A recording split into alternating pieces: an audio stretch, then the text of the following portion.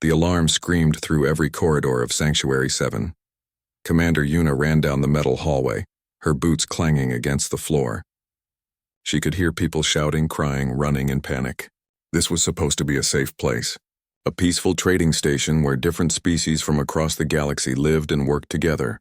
But now everything was falling apart. "Report," Yuna shouted as she burst onto the command deck.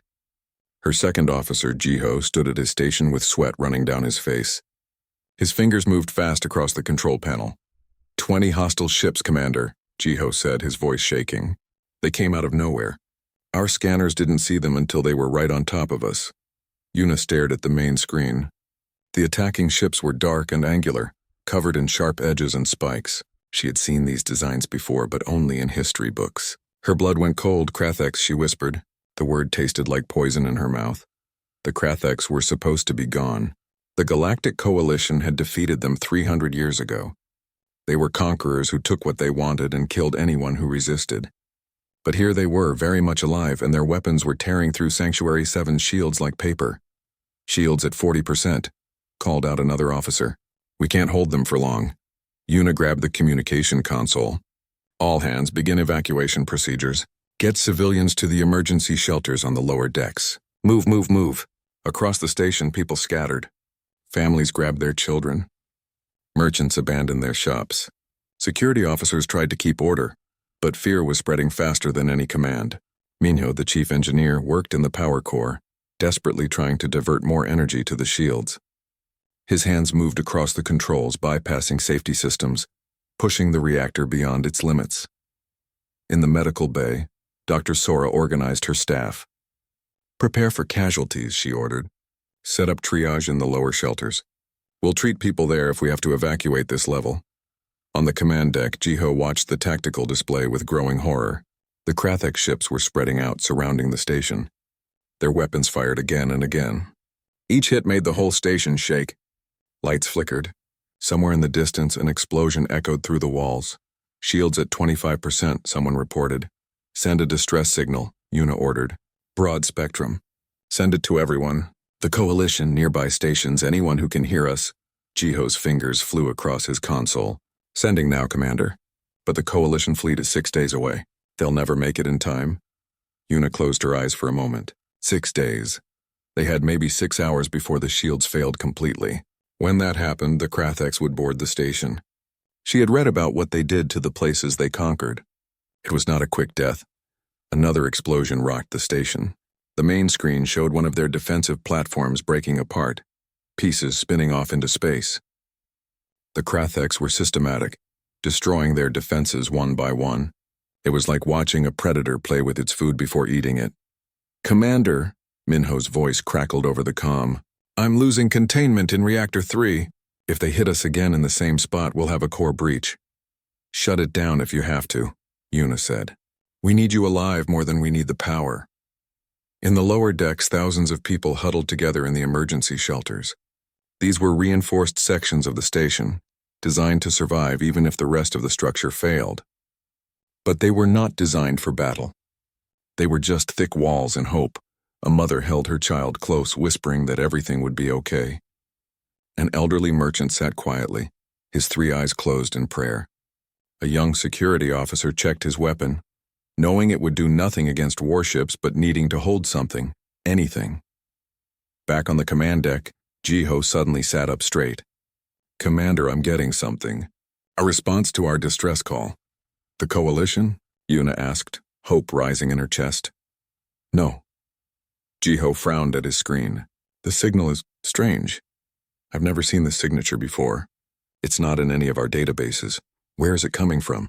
Jiho tapped his screen several times, then looked up with confusion on his face. "According to this, the signal is coming from the quarantine zone." Everyone on the command deck turned to look at him.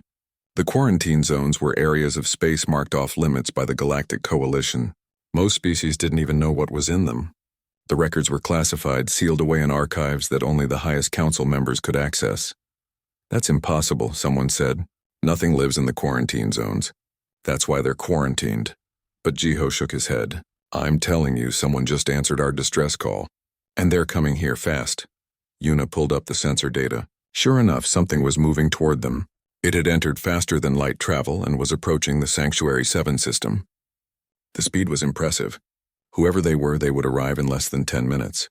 Maybe it's Coalition security, someone suggested. Maybe they patrol the quarantine zones. But Yuna had a strange feeling in her stomach. She accessed the old archives, typing in her command codes. The computer hesitated, asking her to confirm her clearance 3 times. Finally, the files opened. She searched for anything about the quarantine zones near their position. There was only one entry. One species. One planet that had been sealed away from the rest of the galaxy. Earth humanity. Yuna read the short description. Dangerous, aggressive, unpredictable. Do not make contact under any circumstances. The report was 300 years old. There was nothing else. Just those few words and a long list of reasons why humans had been isolated from galactic society.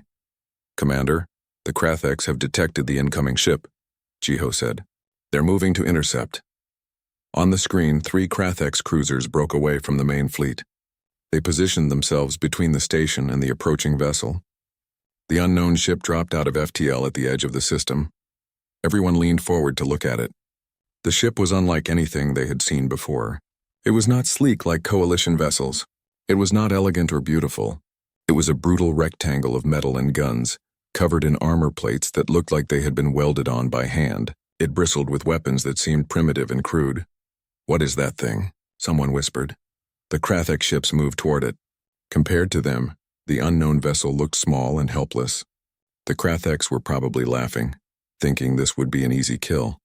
Then the human ship powered up its weapons. The energy readings made no sense. The sensors had to be wrong. Nothing that size should generate that much power. It was impossible. Jiho, Yuna said quietly. What are we looking at? Jiho stared at his screen, his mouth open. I don't know, Commander. But whatever that ship is, it's ready for a fight. The Kratheks fired first. Beams of plasma shot across space, enough to vaporize a ship that size. But the human vessel didn't vaporize. It turned, taking the hits on its armored side. Then it fired back. The weapons were nothing like Coalition technology. They were missiles trailing fire, solid slugs of metal moving at incredible speeds, explosive charges that detonated like small suns.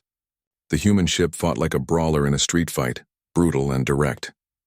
One Krathek's cruiser exploded. Then another started spinning, its engines torn away. The third tried to retreat, but the human ship pursued it. There was no mercy, no hesitation, just cold, efficient violence. Yuna sat down slowly in her command chair. She whispered the word that she had read in the archive file. Human. The Krathek's fleet had noticed now. They were turning away from Sanctuary 7, moving to face this new threat. But the human ship did not run. It did not hide. It held its position between the station and the enemy fleet, weapons still glowing, ready for whatever came next. Jiho's console beeped. An incoming transmission. He put it on speakers. The voice was rough, speaking Coalition common with a heavy accent that nobody recognized. The words were simple. Station Sanctuary 7, this is the human vessel Defiant. We heard your call. Help is coming. Hold on. Yuna looked at the screen. At the single ship facing down an entire fleet. At the impossible vessel that had answered when no one else could. She didn't know whether to feel hope or fear. Maybe both. The 6 hours passed too quickly. Yuna worked with Hana and the human tactical officers, learning strategies that seemed impossible but worked when put into practice. Minho collaborated with human engineers to retrofit some of the station's weapons with human technology. It was crude, mixing advanced Coalition energy systems with human ballistic weapons, but it gave them options they had not had before. Sora set up a combined medical center where human doctors taught alien medics techniques that had been developed over centuries of human conflict. She was amazed at how humans approached medicine. They never gave up on a patient even when the injuries seemed fatal. They had learned to save lives in impossible circumstances because they had never had the luxury of giving up. On the command, Deck Admiral Seojin stood with Yuna and Captain Dohyun, watching the sensors. The Krathek's fleet was approaching fast, a massive armada of 200 warships. Against them stood 18 human vessels, most damaged from the previous battle, and one space station that had been converted into a fortress. They will hit us, Hard and fast, Do-hyun said, studying the enemy formation. They want revenge for their last defeat. They will not hold back. Neither will we, Seo-jun replied. He activated the fleet-wide channel. All ships, this is Admiral Seo-jun. In a few minutes, we will face an enemy that outnumbers us 10-1. Many of you are hurt. All of you are tired. But we stand here because we answered a distress call. We stand here because these people needed help, and we were the ones who came. He paused, looking around the bridge at his crew. At humans who had been born never knowing if they would ever meet another intelligent species. At warriors who had trained for a war that might never come. 300 years ago, the galaxy decided we were too dangerous to know them. They were afraid of what we are, and maybe they were right to be afraid, because we are dangerous. We are predators who climb to the top of a death world. We are survivors who refuse to quit even when we should. We are fighters who laugh in the face of death because we learned long ago that fear is just another thing to overcome. His voice grew stronger. But we are also more than that. We are the species that heard strangers calling for help and came running. We are the people who sacrifice ourselves for others. We are humanity. And today, we show the galaxy what that really means. The fleet responded with cheers. Not just from humans, but from the coalition crew members who had volunteered to fight alongside them.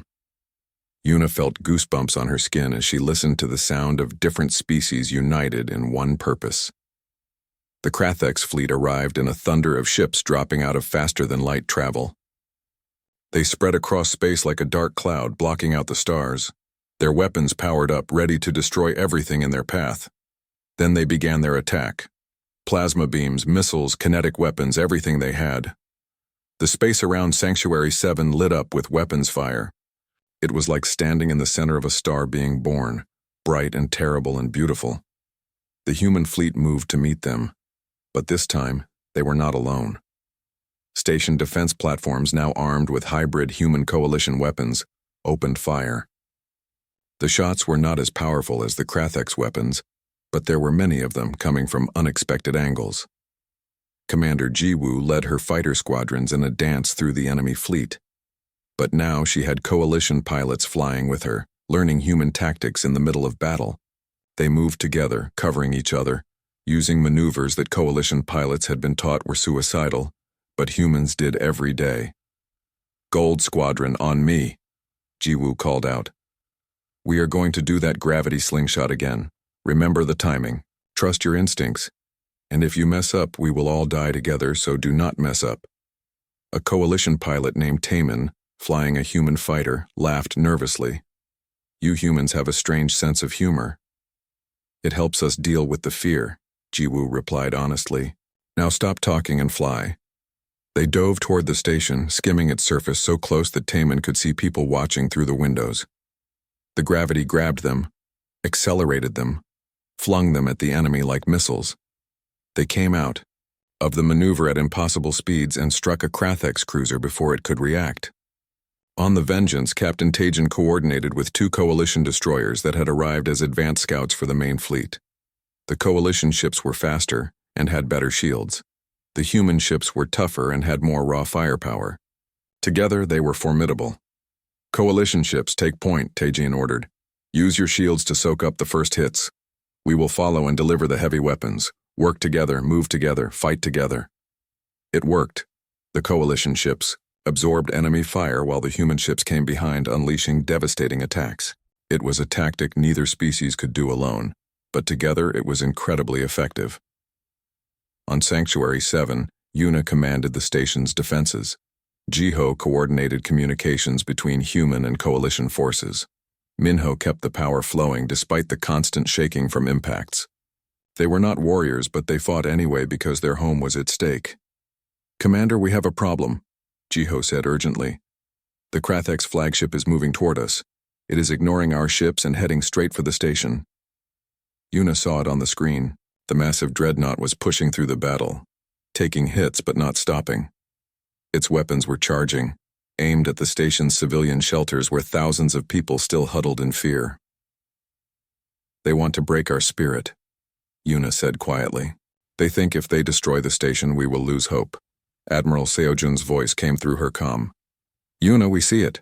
The Indomitable is moving to intercept. Admiral, your ship is already damaged from the last battle, Yuna protested. If you take a direct hit from that dreadnought's main weapon, you will be destroyed. I know, Seojin said simply. But that is what we do. We stand between danger and those who cannot protect themselves. It is who we are. The Indomitable, already scarred and battered, accelerated toward the Krathek's flagship. The massive carrier was not built for direct combat, but Seojin piloted it like a weapon itself. He positioned his ship directly between the flagship and the station. The Kratheks fired. The beam of energy was so powerful, it seemed to tear space itself.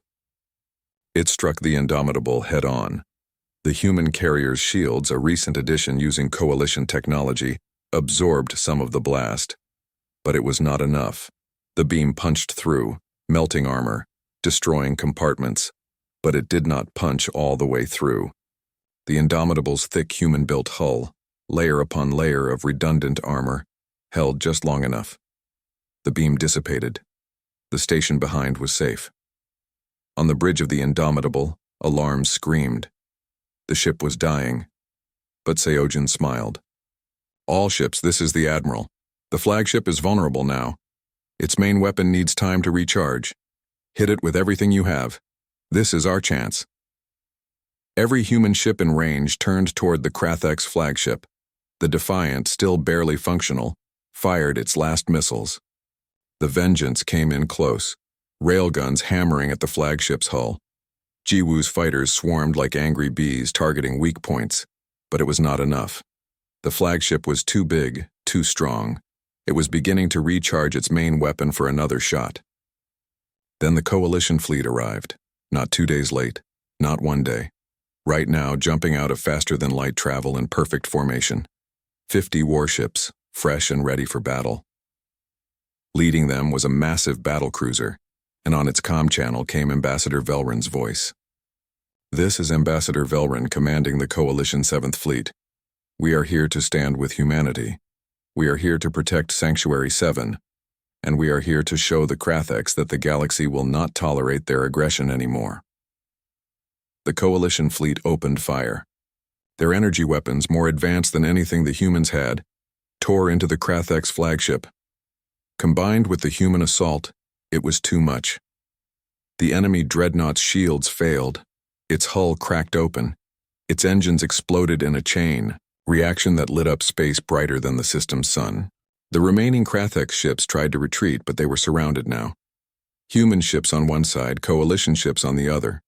Some tried to fight. Others surrendered. Within an hour, the battle was over. The silence that followed was strange. For days, there had been constant noise, constant fighting.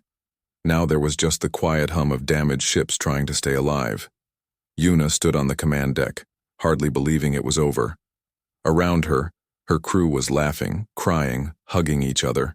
They had survived. Impossible as it seemed, they had survived. Seojin's voice came through weak but alive. Sanctuary 7, this is Admiral Seojin. The Indomitable is pretty beat up, but we are still here. Status report? We are here too, Admiral, Yuna said, her voice shaking with emotion. You saved us. All of you saved us. That is what neighbors do, Seojin replied. They help each other. Over the next hours, rescue operations began.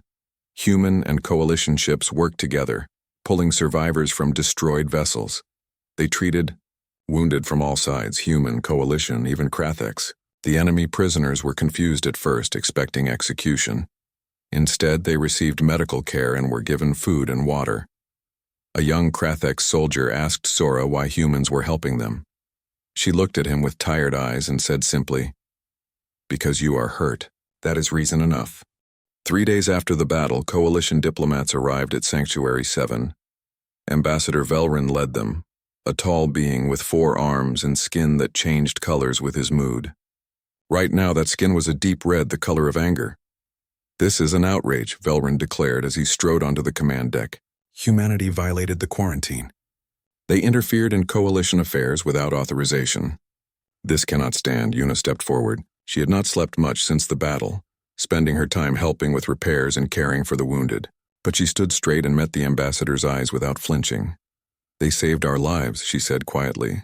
10,000 people would be dead if they had not come." "That is not the point," Velrin insisted. "The quarantine exists for a reason. Humanity is dangerous. They are violent, aggressive, unpredictable. The Council decided 300 years ago that they must be kept separate from civilized society." Admiral Seojin walked into the room. He wore his formal uniform, cleaned and pressed despite the damage his ship had sustained. Behind him came several other human officers, including Captain Do-hyun, Commander Jiwoo, and a woman Yuna had not met before. "Ambassador," Seojin said politely, "I am Admiral Seojin of the United Earth Fleet. I understand you have concerns about our actions." "Concerns?" Velrin's skin turned darker red. "You committed an act of war by crossing the quarantine boundary. You attacked ships in Coalition space. You could have started an interstellar incident." "We answered a distress call," Seojin replied calmly. "The signal was broadcast on open channels, which under galactic law makes it a legitimate request for aid. We responded as any civilized species would." "You were quarantined," Velrin shouted. "You were forbidden from leaving your system." "No one ever told us that directly," the woman beside Seojun said. She stepped forward, adjusting her glasses. "My name is Hana. I am a historian. I have spent 20 years studying the quarantine, and I can tell you that humanity never agreed to it. The Council placed buoys around our system warning us away, but they never explained why. They never gave us a choice." Velrin's skin flickered between red and yellow. "The Council made their decision for the good of all species. Based on what?" Hana asked. She pulled out a data pad. "I have accessed the original first contact reports, the ones your Council tried to keep classified. Would you like to know what they say?" The command deck went quiet. Even Velrin seemed uncertain now. Yuna leaned forward, curious. She had read the brief summary in the archives, but she had never seen the full reports. Hana began to read. "First Contact Team 7 arrived at Earth 300 years ago. They found a world unlike any in Coalition space. Gravity 1.5 times standard. Weather patterns that included storms capable of destroying buildings. Tectonic activity that caused frequent earthquakes, and life. So much life, all competing, all fighting to survive." She scrolled through the report. "The team observed humans for 6 months without making contact. They watched cities full of millions of people. They watched wars and conflicts. They watched humans climb mountains that should have killed them, dive into oceans that should have crushed them, survive in deserts and frozen wastelands." "Yes," Velrin said. "They saw a species too dangerous to be allowed into galactic society." "No," Hana said firmly. "They saw a species that scared them. Because humans could do things Coalition species could not. The report specifically states that a human child has more strength than most adult aliens, that human reflexes are 3 times faster than the galactic average, that humans can survive injuries that would be fatal to others." She looked around the room. The Council did not quarantine humanity to protect the galaxy. They did it because they were afraid of what we might become if we were allowed to compete on equal terms. Minho had been listening from his position at the engineering station. "Is that true?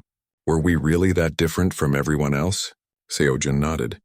"When we finally developed faster-than-light travel on our own, we found the quarantine buoys. We studied them, learned Coalition Common from their warning broadcasts. We realized we had been isolated. At first we were angry. Then we were sad. We thought we were alone because we were not good enough, not advanced enough." He looked at Velrin. "For 300 years we watched the stars and wondered if anyone out there would ever accept us. We built our ship strong because we thought we might have to fight for the right to exist. We trained our people to be self-sufficient because we believed no one would help us. And all that time we hoped that someday we could prove we deserved to be part of something bigger." Yuna felt her throat tighten. She thought about the human ships fighting so desperately to protect strangers, about Captain Yoonji sacrificing herself for people she had never met, about the human crew laughing in the face of death because humor helped them deal with fear. "They are not monsters," she said to Velrin. "They are the bravest people I have ever met." Velrin's skin faded to a pale yellow, the color of confusion. "You do not understand. Humans are predators. They evolved from creatures that hunted other animals. They have aggression built into their very nature. So did the Krathex," Jiho pointed out. He had been quiet until now, but he stepped forward with data on his pad. I have been researching the Kratheks since the battle. They were also predators on their homeworld. They also evolved through violence and competition. But there is one big difference. He showed his screen to everyone. The Kratheks conquer because they believe they are superior. They take what they want because they think they deserve it. Humans fight when they have to, but they also help. They sacrifice. They care about others, even strangers. A young human marine named Junho spoke up from the back of the room. We know what we are. We have studied our own history. We know humans have done terrible things to each other. Wars, genocides, all the darkness you can imagine. But we learned from it. We chose to be better. Not everyone chose that, Velrin said quietly. Your history shows countless conflicts even in your modern era. Yes, Seojin acknowledged. We are not perfect. We still argue, still disagree, still fight sometimes.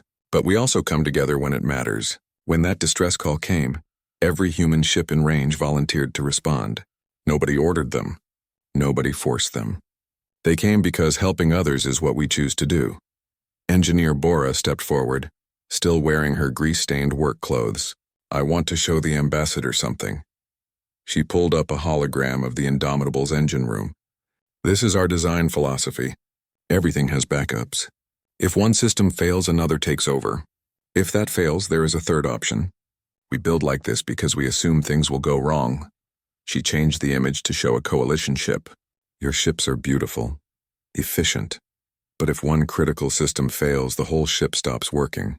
You build assuming everything will work perfectly. That is because our technology is advanced, Velrin said defensively. No, Bora said gently. It is because you have never had to survive alone. You have always had the coalition to help you, to rescue you, to fix things when they break. Humans did not have that. We had to learn to fix everything ourselves. Yuna thought about this. She thought about how quickly human engineers had repaired damage to their ships, how they had improvised solutions to problems that should have taken weeks to solve, how they had kept fighting even when their ships were falling apart. They are not just warriors, she said slowly. They are survivors. There is a difference. Velrin sat down heavily. His skin had turned to a pale blue, the color of contemplation. The Council will not be pleased. They will say humanity is still too dangerous. Then the Council is wrong, Yuna said firmly. I am requesting political asylum. I want to work with the humans, learn from them. If my own government cannot see the value of what humanity offers, then I will help humanity show the galaxy what they are capable of. Minho stepped forward. I also request asylum. Their engineering is amazing. I want to learn how they do it, Sora raised her hand. And I want to study human medicine. They saved lives we would have given up on. They have techniques we have never imagined. One by one, over half the station's crew requested asylum. Velrin watched with his skin flickering through colors so fast it was hard to follow. Finally, it settled on green, the color of acceptance. This is unprecedented, he said. But I cannot deny what I have seen. Perhaps the Council was wrong. Perhaps humanity deserves another chance. Alarms suddenly blared. Jiho ran to his station, his face going pale. Commander, I am picking up multiple FTL signatures. It is the Kratheks, a much larger fleet this time, at least 200 ships. Seojin's expression hardened. How long until they arrive? 6 hours. Maybe less. Velrin stood up quickly. We must evacuate immediately. 200 ships? We cannot fight that many. The coalition fleet? Yuna asked. Still 2 days away, Jiho said miserably. Seojin looked at his officers. Dohyun nodded. Jiwoo cracked her knuckles. The other humans in the room stood straighter, ready for what was coming. We did not come here to start a war, Seojin said, but we will not abandon these people. Humanity stands and fights. Velrin stared at him. You have 18 ships, most of them damaged from the last battle. You cannot win this, maybe not, Seojin agreed. But we can hold the line until help arrives. Captain Dohyun stood on the bridge of the Defiant, watching the enemy fleet grow larger on his screens. His crew worked around him, moving with practiced efficiency. They had trained for moments like this, though he had never expected to face these odds alone. 3 more cruisers breaking formation, reported Nari from the tactical station. Her hands never stopped moving across her controls. They're treating us like a joke. Good, Dohyun said calmly. Overconfidence makes them sloppy. Quan, bring us to attack Vector 7. Hyjin, I need everything you can give me from the reactor. Already past safety limits, Captain. Hye-jin called from engineering. Her voice came through the comm, competing with the sound of alarms in the background. But I can push it further if you need. Do it. The Defiant surged forward. The 3 Krathex cruisers spread out, trying to surround the human ship. They fired their plasma weapons, bright green beams that would melt through most hulls in seconds. But the Defiant was not like most ships. The beams hit the armor plating. Metal glowed red, then white. But it held. The Defiant was built for punishment. Every plate was layered, every joint reinforced. When humans had built their first warships, they had assumed they would be alone in any fight. They had built to survive. Forward missiles, fire, Do-hyun ordered. The Defiant launched 6 missiles at once. These were not elegant weapons. They were crude rockets filled with nuclear warheads left over from Earth's violent past. The Krathex tried to shoot them down, but there were too many coming too fast. 2 missiles struck the lead cruiser.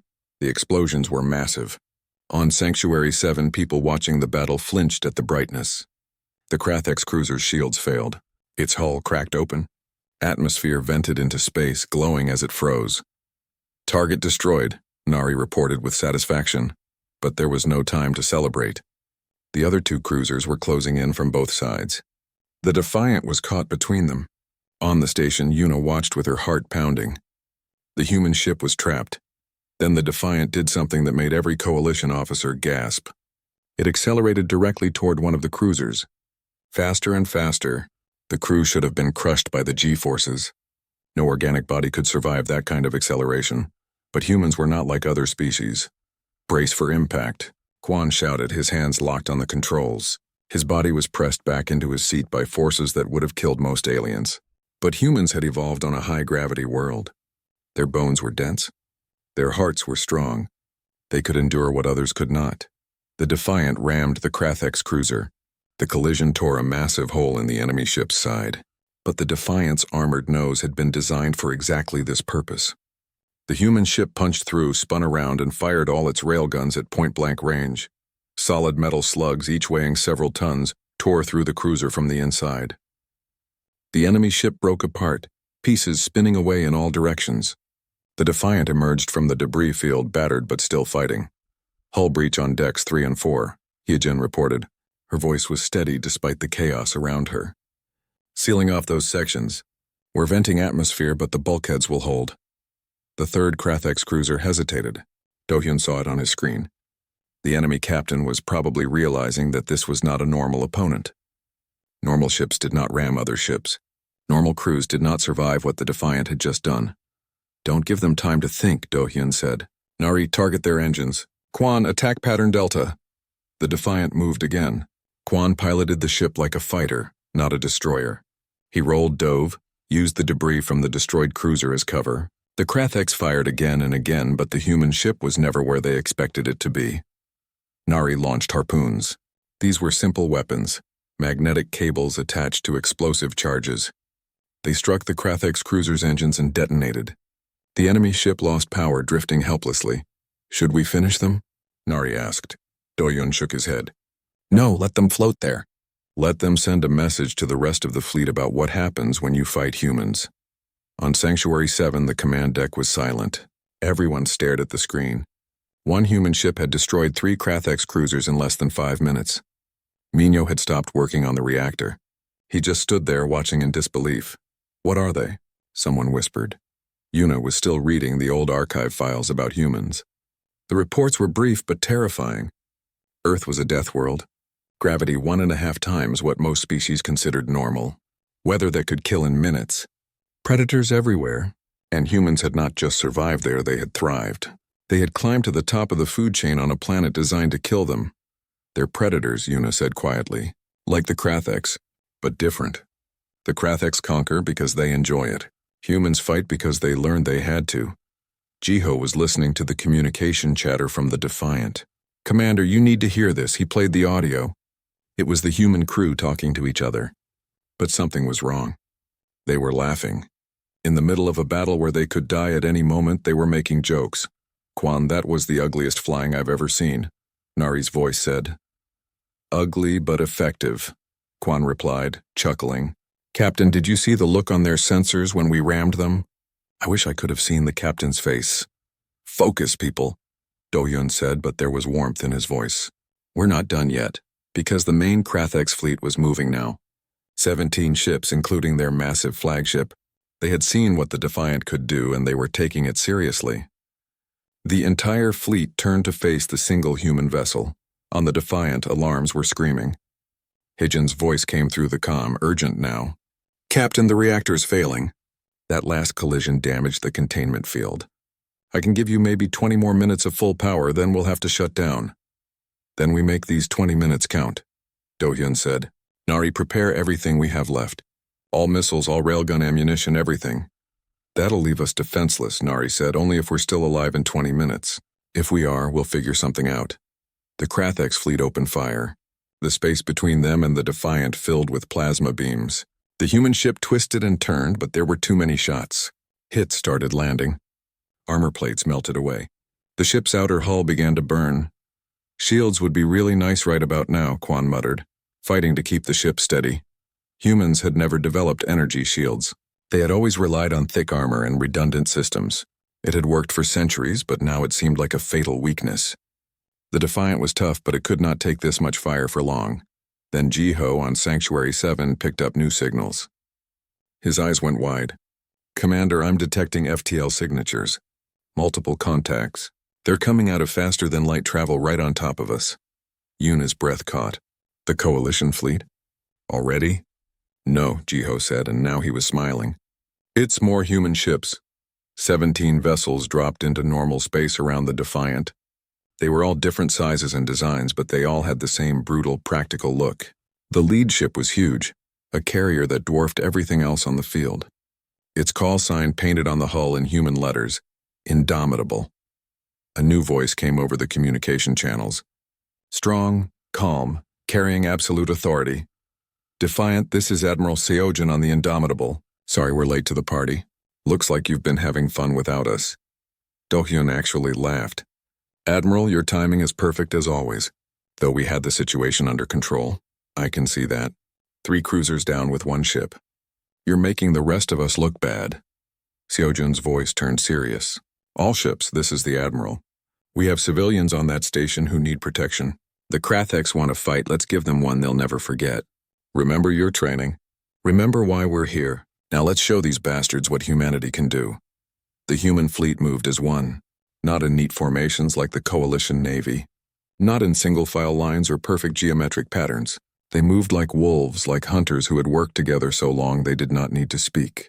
Each ship knew where the others would be, where they would go, what they would do. On Sanctuary 7, Sora was still tending to injured people in the medical bay when she heard the roar from the command deck. People were cheering. She ran to see what was happening. The screen showed the human fleet engaging the Krathex. It was not like any battle she had ever seen. The humans did not try to overpower the enemy with superior firepower. They cut them apart with precision. They used the station's gravity well to slingshot around at impossible angles. They coordinated their attack so perfectly that 3 ships would hit the same target within seconds of each other. They're beautiful, Minho whispered, watching human destroyers dance between enemy fire. It's like watching a performance, but Yuna saw something else. She saw the damaged Defiant pulling back to the carrier Indomitable, its crew still alive despite everything. She saw human fighters launching from their bays, pilots heading into danger to protect a station full of strangers. She saw ships taking hits meant for each other, crews sacrificing themselves to keep their packmates alive. They're not just warriors, Yuna said. They're family. The Krathex flagship was firing everything it had. 1 human destroyer. The battle raged around Sanctuary 7 like a storm. Yuna watched from the command deck as human ships tore through the Krathex fleet with a ferocity that seemed impossible. These were not the careful, measured tactics of the Coalition Navy. This was something primal, something that came from deep in humanity's violent past. Admiral Seojin commanded from the bridge of the Indomitable. His voice came through on all channels, calm and steady even as his ship shook from enemy fire. Around him, his crew worked with incredible efficiency. They had done this before, practiced it thousands of times, but this was their first real battle with alien enemies, and every human in the fleet knew the galaxy was watching. Vengeance, relentless. Take the left flank, Seojin ordered. Use the debris field from those destroyed cruisers as cover. Defiant, I know you're hurting, but I need you to stay back and provide fire support. Captain Do-yun's voice crackled back, frustrated. Admiral, we can still fight. I know you can, son. But your reactor is failing, and you've got hull breaches on 4 decks. You've done enough. Let the fresh ships handle this. Do-yun wanted to argue, but he knew the Admiral was right. The Defiant had taken incredible damage. It was a miracle they were still flying at all. Understood, sir. Defiant falling back to support position. The human destroyer Vengeance, commanded by Captain Tajan, accelerated toward the Krathek's left flank. His ship was smaller than most of the enemy vessels, but that made it faster. Tajan had grown up racing speeders through Earth's canyons. He flew his warship the same way, like it was an extension of his own body. Weapons target their command bridge, Tajan ordered. I want to cut the head off this snake. His weapons officer grinned. Missiles away, Captain. The Vengeance launched 4 missiles, but these were not normal warheads. They were what humans called smart missiles, equipped with basic AI that could predict enemy movements. The Kratheks tried to shoot them down, but the missiles dodged and weaved. 3 struck the enemy cruiser's command section. The explosions tore through the bridge, killing everyone there instantly. Without a captain, the Krathek's cruiser began to drift. Its automated systems tried to take over, but they were slow, clumsy. The Vengeance came around for another pass, railguns firing. Solid metal slugs punched through the cruiser's hull like paper. On the right flank, Commander Jiwoo led a squadron of human fighters. These small, fast ships poured from the carrier Indomitable like angry insects. Each fighter carried a pilot who had trained since childhood to fly in 3 dimensions, to think in ways that most species could not imagine. Gold Squadron on me, Jiwoo called out. Her voice was young but confident. She was only 23 years old, but she was one of the best pilots humanity had ever produced. We're going to skim the station's hull and use its gravity to boost our speed. Commander, that's crazy, one of her pilots said. If we miscalculate by even a few meters, we'll crash into the station. Then don't miscalculate, Jiwoo said simply. Follow my lead and trust your training. She dove toward Sanctuary 7. The massive station loomed in her canopy, growing larger and larger. Behind her, 15 fighters followed in perfect formation. They were so close to the station's hull that people inside could see them flash past the windows. The maneuver worked exactly as Jiwoo had planned. The station's gravity pulled the fighters, accelerating them to incredible speeds. They came around the other side, moving so fast that the Kratheks could barely track them. Jiwoo's squadron hit an enemy destroyer before it could react, their weapons tearing through its engines. On Sanctuary 7, Minho watched the fighters with his mouth hanging open. That's not possible. The G-forces from that turn should have killed them, but Yuna was beginning to understand. They're from a high-gravity world. Their bodies can handle forces that would turn us into paste. In the Indomitable's engineering section, a young engineer named Bora worked frantically to keep the ship's reactor stable. The carrier was taking heavy fire, and every hit sent shockwaves through the entire vessel. Bora had been warned that capital ship combat would be intense, but nothing could have prepared her for this reality. Power spike in Reactor 2, someone shouted. Bora ran to the control panel, her fingers flying across the screen. She rerouted power, bypassed damaged systems, did everything she had been trained to do. The reactor stabilized, but barely. How are you doing that? Asked an older engineer beside her. You're breaking every safety protocol we have. Safety protocols are suggestions, Bora said, not looking up from her work. The captain needs power, so I'm giving him power. We can worry about protocols if we survive. On the bridge, Admiral Seojin watched the tactical display. The battle was going well, better than he had hoped. The Kratheks were used to fighting enemies who followed rules, who fought with honor and dignity. But humans had learned long ago that in a real fight, there were no rules. There was only survival. Minji, how are our communications? Seojin asked. Communication Officer Minji nodded without taking her eyes off her station. All ships reporting in. Coordination is perfect, sir. It's like they're reading each other's minds. That's because they are, Seojin said with a small smile. 300 years of fighting alone made us good at working together. We're pack hunters. We always have been. The Krathek's flagship, a massive dreadnought 3 times the size of the Indomitable, finally entered the battle directly. Its weapons were devastating. One shot from its main cannon could vaporize a human destroyer. Captain Yunji, commanding the Relentless, saw it targeting her ship. Evasive maneuvers, she shouted.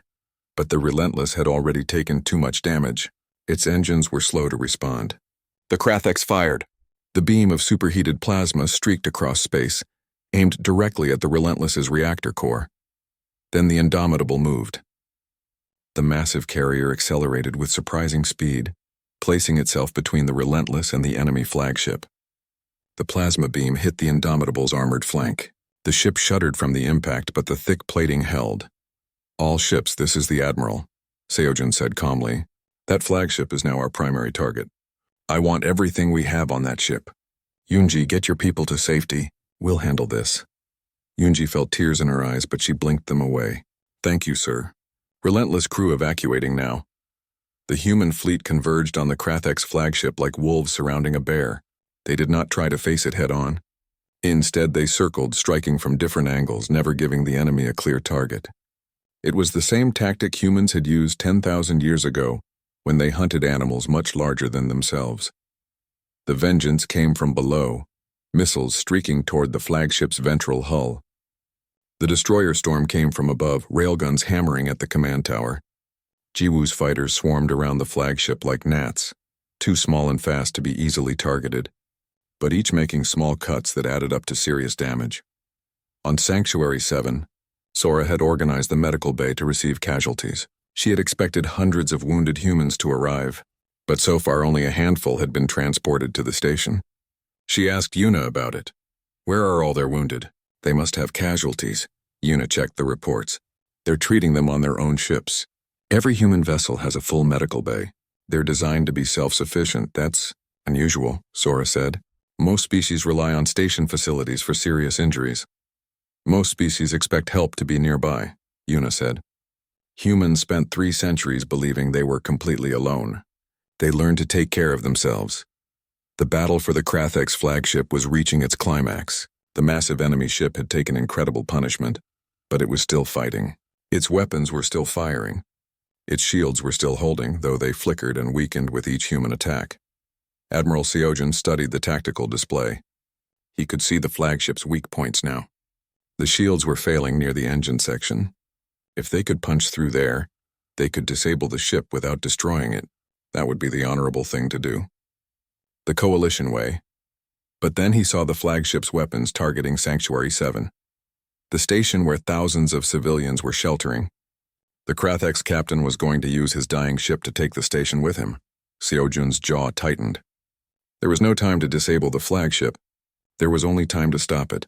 "All ships, emergency priority," he said. "The flagship is targeting the station. We need to take it down now. Concentrate all fire on its bridge and command section." Every human ship in range turned their weapons on the Krathex flagship. Missiles, railguns, lasers, everything they had. The combined firepower was staggering. The flagship's shields collapsed under the assault. Its armor began to crack and melt. Inside the dying ship, the Krathex captain screamed orders. But his crew was already dead or dying. Systems were failing all around him. He tried to fire one last shot at the station, to take something with him into death. Captain Unji, standing on the bridge of her damaged Relentless, saw what was happening. Her ship could barely move, most of its systems offline. But the weapons still had power. She had one chance.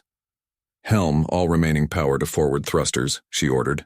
"Captain, that'll burn out our engines completely," her helmsman protested. "I know. Do it anyway."